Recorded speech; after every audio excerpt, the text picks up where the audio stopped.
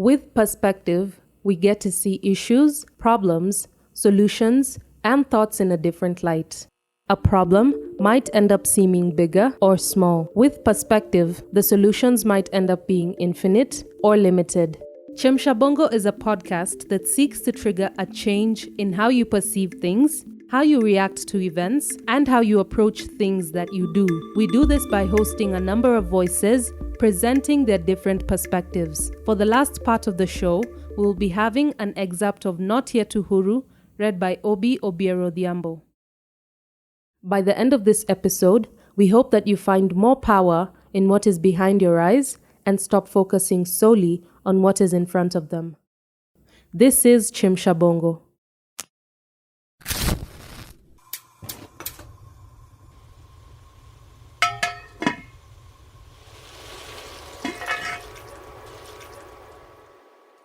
Hello, I am Oby Obyerodhyambo. I'm a writer, theatre practitioner, strategic communications scholar, and social commentator. In this edition of Chemsha Bongo, I address the issue of the nature of African cities and the rise of the question whether they are indeed African cities or a pale shade and struggling replica of the Euro-American cities. To put this question in context, I will remind you that the Afri-Cities Summit has just recently ended, hosted by the lakeside city of Kisumu. It was hailed as a great success. However, I was in Kisumu during the period immediately preceding the conference, and many local inhabitants could only think of the conference as a major inconvenience and, at worst, an irritant. This reaction arose from the relocation of the small scale businesses from the CBD. Yet the conference was important beyond the much touted economic opportunities it was meant to offer. What about the others? AfriCities brings together the leadership of cities and sub-national governments and their associations to deliberate on how to advance decentralization and local governance so that a higher standard of living for the citizens can be achieved. AfriCities summits have been held every 3 years since 1998, and the first ever was held in Abidjan, Ivory Coast, and other major cities like Johannesburg, Dakar, and Marrakech have played host to the summit.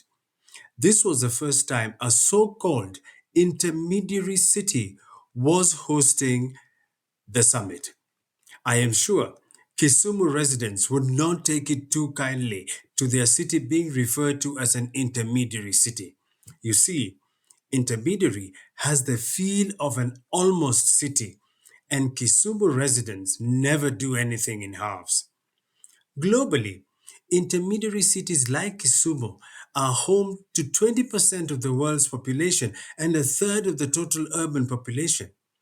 Because of their smaller size, intermediary cities are expected to be able to guarantee and provide basic housing needs to their citizens more efficiently and cheaply than metropolitan areas.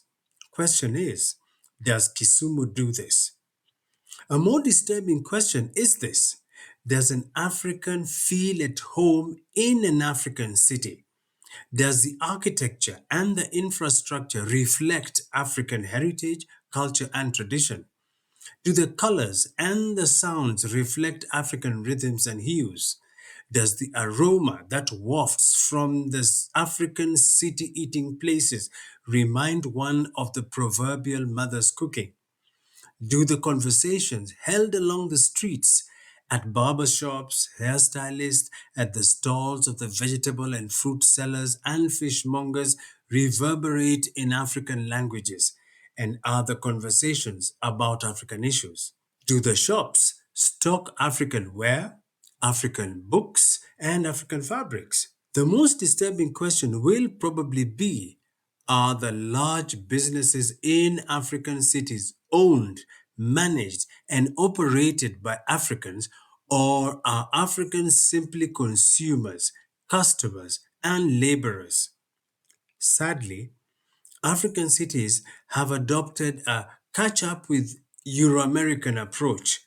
little thought goes into authentic African or African-inspired design.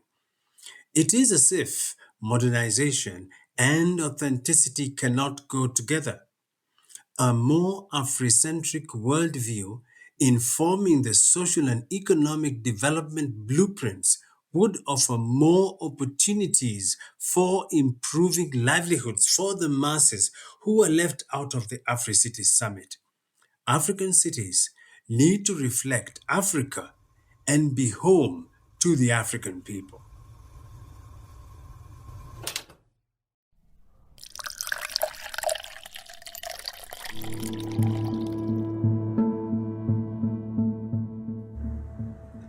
They last for the glory. They last for the crown. But last not one bit for the sleepless nights, for the pulling hair, for the pulling teeth. Heavy is the crown. Careful what you seek.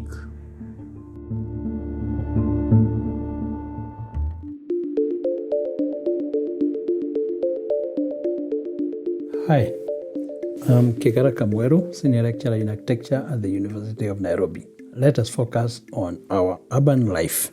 One of the challenges we have as we continue along the devolution path in Kenya is to give identity to each of our towns. When our towns acquire distinctive characters, they will serve several positive purposes and bring pride to the local communities. But how do we do this? Reflect on your own experience. When we think about our hometown, we remember special places and people, get nostalgic about the good old days and all those childhood memories with dear friends. We come from somewhere after all. But how does that place shape us as individuals? How does it influence our values and perspectives of the world? And how does that impact on who we are today? However small or unremarkable your town might appear to you right now, there is so much hidden potential waiting to be discovered. Each town has an identity. It just might not be apparent yet. We need to take time to understand it and bring out its true potential, whatever that may be. In truth, every town was built on a certain set of values, beliefs, and traditions that heavily influence the town's identity. Understanding each town's cultural heritage will help us identify how each town came to be, its socioeconomic makeup, and the values it stands for. For example, some towns grow on the strength of being a farmer's market, where people have been coming to trade for ages. This, in fact, might describe the majority of our towns in Kenya and East Africa. But other towns were characterized by industries set up in the area, which provided employment and spurred the growth of a commercial center. Your town might not have a thriving culture or social scene, but it might have some natural assets to offer. Maybe a waterfall in the area, or a natural feature that visitors would want to interact with. Whatever is truly unique and special about a town, it's important to identify it. Whatever is the town's unique assets, they could be developed into a thriving tourist economy. When I go to the city of Nakuru in Kenya, for example, I'm overwhelmed by anxiety of all I know about the town. All at once, I want to see the Lake Nakuru, and I want to see the Menengai crater. I want to experience the Rift Valley, and I want to see flamingos. I'm disappointed when I do not see an invitation to partake in any of these experiences. Many people, when they visit or pass through a town, only see what's currently happening. They don't bother to look for what has been happening for years. But if you want to bring more people to a town and truly revitalize it, you have to search for the good things that are going on. There are events that will cause people to come over and visit. But what about those natural assets we discussed? Well, they could be the key to attracting more visitors and transforming the town into a thriving tourist economy. The trick to doing this successfully is to think vertically. Your natural assets represent a single aspect of your town, but they could be used to create a multi-layered experience. For example, it is possible to create periodic festivals, taking a theme from this. It's also possible to formulate more permanent forums for educative and entertainment purposes, springing from these themes. Using Nakuru again as an example, there is opportunity to create a museum of natural history focusing on the geological science of the Rift Valley. If the managers of our towns focus on the necessary revitalization, they may well encounter some obstacles, but that shouldn't stop them from trying. There will be the need for a roadmap for the revitalization effort. The roadmap might include several different strategies, such as improving on public transportation, adding new amenities to the town, or investing in local businesses to help them to thrive. They might even want to consider organizing a town meeting to discuss the revitalization efforts with other residents. Every town is a special place, and it's important to learn about its history and cultural identity. To revitalize the town and make it a more attractive place to live and visit, we need to understand what makes each of them different from other places. This is important no matter how small the town is, as every place has something unique to offer to both residents and visitors. We need to explore the true potential of our towns and create stronger, more vibrant communities for the future.